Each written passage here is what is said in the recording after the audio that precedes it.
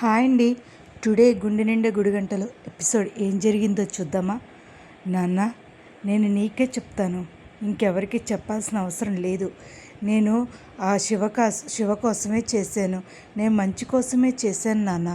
నువ్వు మంచి ఉద్దేశంతో చేసినా అది ఇంటి పరువుకి సంబంధించిందిరా. అయినా మీనా భవిష్యత్తు మీద ఇంపాక్ట్ పడుతుంది. అది విషయం తెలిసే నువ్వు ప్రవర్తించావా?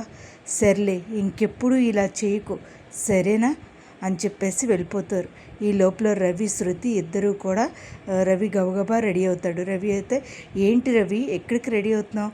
ఇవాళ మీటింగ్ ఉంది శృతి, ఇవాళ చాలా చాలా చాలా ఆర్డర్స్ ఉన్నాయి. అయినా కొంట్లో బాగోలేదు కదా రవి, అయినా సరే నువ్వు ఎక్కడికి వెళ్తావు? హోటల్కి వెళ్తావా? నువ్వు రెస్టారెంట్కి వెళ్ళడానికి వీల్లేదు. హలో, ఎవరు? నేను ఓకే మేడం, వస్తాను మేడం, ఓకే మేడం అంటే, రవి నాకు బాగోపోయినా నువ్వు వెళ్తావా? నాకు పనుంది శృతి, నేను వెళ్తున్నాను అని చెప్పేసి వెళ్ళిపోతాడు. ఈ లోపల శృతి గబగబా బ్యాగ్ సర్దేసుకుని బయలుదేరుతుంది. ఏంటి శృతి, ఎక్కడికి వెళ్తున్నావు? అది కాదు మీనా, నేను మా పుట్టింటికి వెళ్ళిపోతున్నాను. ఏంటమ్మా, ఏంటి ఎక్కడికి వెళ్తున్నావు నువ్వు? ఏం లేదా ఆంటీ, మా ఇంటికి వెళ్తున్నాను, మా పుట్టింటికి వెళ్తున్నాను. ఇంకా రవికి నాకు ఎటువంటి సంబంధము లేదు. రవి అసలు నన్ను లెక్క చేయట్లేదు. కాబట్టి నేను మా పుట్టింటికి, అది కాదమ్మా నేను చెప్తాను కదా, నువ్వు అలా చేయకు, నేను ఇంటికి పెద్దదాన్ని ఉన్నాను కదా. ఏదేమైనా అనుకోండి, నేను మా పుట్టింటికి వెళ్ళిపోతాను అంతే. ఏం చేసావే నువ్వు? అమ్మ ఎలా వెళ్ళిపోతుంది, నేనేం చేస్తాను, నాకేంటి సంబంధం, నేనెందుకు ఏం చేస్తాను అని అడుగుతున్నారు. అక్కడ రవి శృతికి అయ్యింది గొడవ. శృతికి జ్వరంగా ఉన్నా కూడా రవి వెళ్ళిపోయాడని అలిగి పుట్టింటికి వెళ్ళింది అంతే తప్ప నేనెందుకు ఏం చేస్తాను అని అనేసరికి ఇంకేమీ మాట్లాడకుండా కామ్గా ఉంటుంది ప్రభావతి.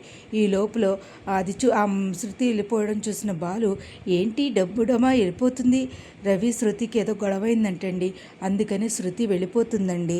అవునా? అయ్యో, ఇదేంటిది, వాడు అసలు ఈ లేచిపోయినోడు బాగానే ఉంటాడనుకున్నానే, ఇలా జరిగిందేంటి అని చెప్పేసి అనుకుంటూ ఉంటాడు. ఈ లోపల రెస్టారెంట్లో పనులు అవి చేస్తూ ఉంటుంది ఆ మేనేజరు. ఏంటి రవి అలా ఉన్నావు నువ్వు? ఏం లేదు మేడం అని అంటాడు. అయినా సరే ఎందుకు నువ్వు అలా డల్గా ఉండకో. అదేం లేదు మేడం, మన వైఫ్కి ఫీవర్గా ఉంది, అవన్నీ పక్కకు పెట్టు రవి, నీ కెరియర్ ముఖ్యం అని చెప్పేసి అంటుంది. ఈ లోపల ప్రభావతి ఫోన్ చేస్తుంది. ఒరే రవి, ఏం చేస్తున్నావు? నీ పెళ్ళం అసలు నన్ను లెక్కే చేయలేదు. ఏమైందమ్మా? ఏమైందా? నీ పెళ్ళం శృతి వెళ్ళిపోయింది, వాళ్ళ పుట్టింటికి వెళ్ళిపోయింది. ఏమనుకుంటుందిరా? అసలు నా మాట కూడా లెక్క చేయకుండా వెళ్ళిపోయింది.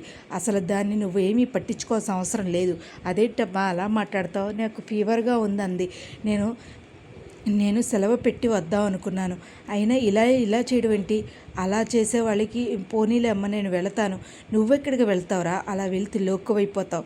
ఎక్కడికి వెళ్ళాల్సిన అవసరం లేదు, ఆ అమ్మాయే వెతుక్కుంటూ వస్తుంది, నువ్వెక్కడికి వెళ్ళాల్సిన అవసరం లేదని చెప్తుంది. కొడుకు నూరుపు వస్తుంది. ఇది చూసిన బాలు మీన మాట్లాడుకుంటూ ఉంటారు. ఎలా అయినా రవికి చెప్పాలి అని చెప్పేసి రవికి ఫోన్ చేసి, రవి ఇక్కడ ఏమీ జరగలేదు, కానీ మీ ఇద్దరి మధ్యన ఉన్న గొడవకి అత్తయ్య ఇంకా ఆజ్యం పోస్తుంది. నువ్వు నీ పని చూసుకుని శృతి దగ్గరికి వెళ్ళి శృతిని బతిమాలి తీసుకురా, అర్థమైందా? చిన్న గొడవలు ఉండడం సహజమే, కానీ అంత మాత్రాన భార్యాభర్తల మధ్యన గొడవలు ఎక్కువ ఉండకూడదు, అర్థమైందా? నువ్వు వెళ్ళి శృతిని తీసుకురా, సరేనా అని చెప్పేసి, సరే వదిన, నాకు ఇప్పుడు క్లారిటీగా ఉన్నాను, నాకు ఇప్పుడు అర్థమైంది వదిన అని చెప్పేసి అంటూ ఉంటాడు రవి. సరే అయితే, ఈ లోపల బాలు అంటాడు, చాలా హ్యాపీగా అనిపిస్తుంది మీనా నిన్ను చూస్తే అని. ఈ లోపల వాళ్ళ చుట్టాలు వస్తారు. మీనా వాళ్ళ చుట్టాలు వస్తే, అమ్మ మీనా, పిన్ని, బాబాయ్, అత్తయ్య అందరూ వచ్చారా? మావయ్య రండి. అవునమ్మా, పెళ్ళి అందుకనే వచ్చాము. పెళ్ళి, ఓకే వస్తా, ఒక భోంచేసి వెళ్ళండి పిన్ని అని అంటే, వద్దమ్మా మీ అమ్మ చేస్తుందంటే కూడా సరే కాదని చెప్పి పెడుతుంది. ఈ లోపల అత్తగారు వచ్చి, ఎవరు వీళ్ళంతా?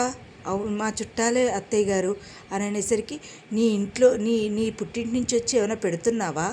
ఇలా చేస్తున్నావేంటి? ఇది కరెక్టేనా? అసలు నీ పుట్టింటోళ్ళు వచ్చి ఇక్కడ తింటావేంటి? అసలు నీకు అక్కండి అత్తయ్య అన్నా కూడా ఏమీ వినిపించుకోకుండా అరుస్తుంది. ఈ లోపల ఈ అమ్మ మీనా, నువ్వెంత వైభోగంగా ఉంటున్నావో మాకు ఇప్పుడు అర్థమైంది అని చెప్పేసి వెళ్ళిపోతారు. వెళ్ళిపోయేసరికి, ఏం చేశారు నా పుట్టింటి వాళ్ళు? ఏమైనా తినేశారా? అటు ఇటు తెగ తినేసినట్టు ఫీల్ అయిపోతున్నారు ఏంటి? అయినా ఈ లోపల రోహిణి వచ్చి, చెప్తేనే ఒక మాట అడగాల్సింది మీనా అంటే ఆయన్ని అడిగాను. అయినా సరే ఎందుకు నాకు రొంపగా ఉందమ్మా అని చెప్పేసి మనోజ్ వస్తాడు. ఒరే చికెన్ సూప్ చేద్దు, చికెన్ సూప్ తిందు కానీ ఏయ్ వెళ్ళి చికెన్ పట్టుకురా సూప్ చేద్దు కానీ నేనెందుకు చెయ్యాలి? పూలు అమ్ముకునేదానికి నీకే అంత పొగరుందేంటి? ఆఫ్టర్ ఆల్ నువ్వు పూలు అమ్ముకునేదాన్ని, నేను ఒక బిజినెస్ మ్యాన్ని తెలుసా? ఆ బాలుగాడ ఏంటి నీ తమ్ముడు భార్య అయితే ఎలా మాట్లాడాలో తెలియని మినిమం కామన్ సెన్స్ లేదు నీకు. ఏమనుకుంటున్నావు? నీకు సూప్ కావాలా? నీ పెళ్ళాంచా చేయించుకో అని చెప్పేసి బెల్ట్ ఇచ్చుకుని కొట్టడం స్టార్ట్ చేస్తుంది. ఏంటి నా భర్తను ఏమన్నా అంటే ఊరుకునేది లేదు అని చెప్పేసి నువ్వు గుడి ముందు అడుక్కునేవాడివి, డబ్బులు మింగేసినోడివి, పల్లీలు తినేవాడివి, పార్కులో పడి పల్లీలు తిన్నవాడివి. నువ్వు నాకు చెప్తున్నావా తమ్ముడు భార్యతో ఎలా మాట్లాడాలో మింగిత జ్ఞానం తెలియనివాడా నువ్వు? నీకు నేను చేసి పెట్టాలా, నేను నీకు చేసి పెట్టాలా అని చెప్పేసి కొడుతూ ఉంటుంది. ఇంకోసారి దెబ్బలకి అమ్మ అంటూ ఉంటే ప్రభావతి మటుకి గబగబా పరిగెత్తుకుని లోపలికి వెళ్ళిపోయి గబగబా కూర్చుంటుంది. ఇంకా అసలు ఏం చేయాలో తెలియక మనోజ్ని ఎరగ కొడుతూ ఉంటుంది. ఇదేనండి ఇవాళ ఎపిసోడ్. అసలు ఏం జరుగుతుంది? అసలు మీనాని ఏమన్నా అంటారా? రోహిణి విషయం ఏమైనా బయటకు వస్తుందా అంటూ ఉంటే, కానీ ఇంతలా బాధపడటానికి మీనా నువ్వేమైనా మలేషియా నుంచి వచ్చావా, పూల గుడిసి నుంచి వచ్చావు కదా అని చాలా నిందలు వేస్తారు. అందుకనే మీనా అలా మాట్లాడుతుంది. ఇంకా నా వీడియోస్ కనుక మీకు నచ్చినట్టయితే ఇదేనండి వాళ్ళ ఎపిసోడ్. నా వీడియోస్ కనుక మీకు నచ్చినట్టయితే లైక్ చేసి షేర్ చేసి సబ్స్క్రైబ్ చేయండి. Thank you so much. Thank you so much.